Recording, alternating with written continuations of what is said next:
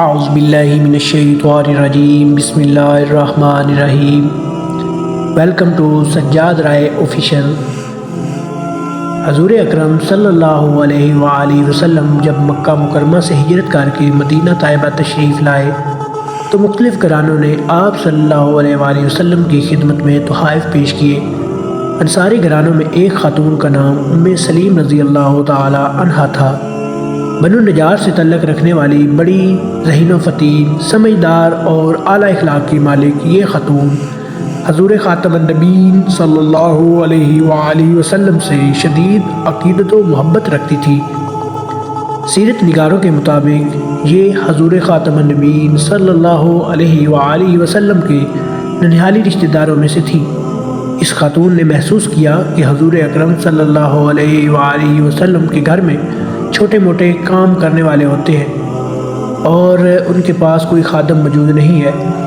حضور اکرم صلی اللہ علیہ وآلہ وسلم کی اولاد نرینہ زندہ نہ رہی تھی۔ آپ صلی اللہ علیہ وآلہ وسلم کے تینوں بیٹے بچپن میں وفات پا گئے تھے۔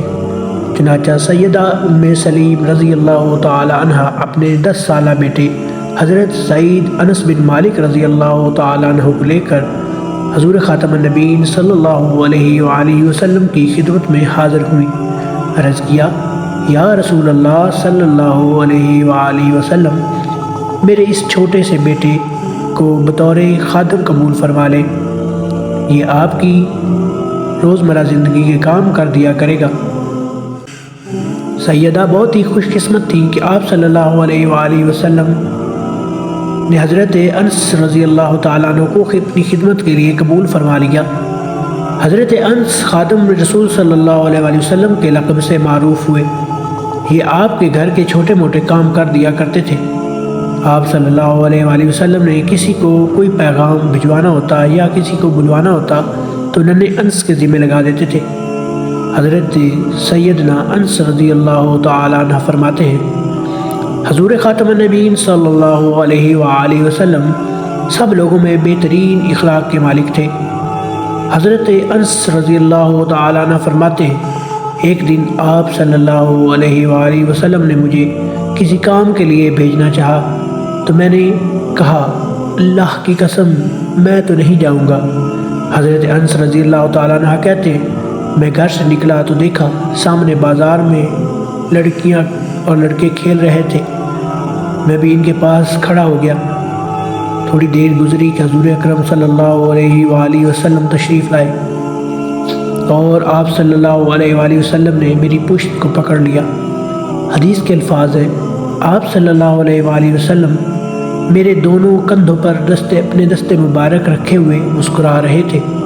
انس رضی اللہ تعالیٰ عنہ کہتے ہیں، میں نے آپ صلی اللہ علیہ وآلہ وسلم کی طرف دیکھا۔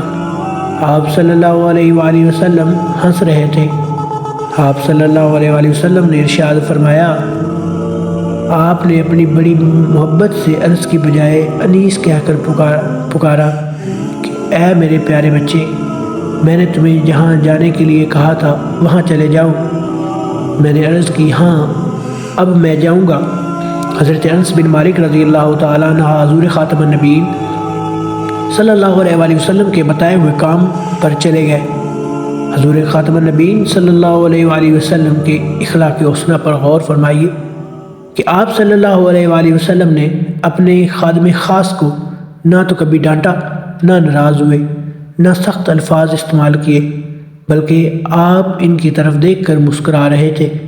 اس لیے حضرت سیدنا انس رضی اللہ تعالیٰ عنہ حضور خاتم النبیین صلی اللہ علیہ وآلہ وسلم کے اس اخلاق کی اس طرح گواہی دیتے ہوئے کہتے ہیں کہ اللہ کی قسم میں نے حضور خاتم النبیین صلی اللہ علیہ وآلہ وسلم کی 7 یا 9 سال خدمت کی۔ اس دوران میں کبھی ایسا نہیں ہوا کہ آپ نے مجھے کسی کام پر یہ فرمایا ہو کہ تم نے ایسا کیوں کیا، یا میں نے کسی چیز کو چھوڑا ہو تو آپ صلی اللہ علیہ وآلہ وسلم نے فرمایا ہو تم نے ایسا کیوں نہ کیا۔ یہ صحیح مسلم کی حدیث نمبر 2309 میں واقعہ موجود ہے۔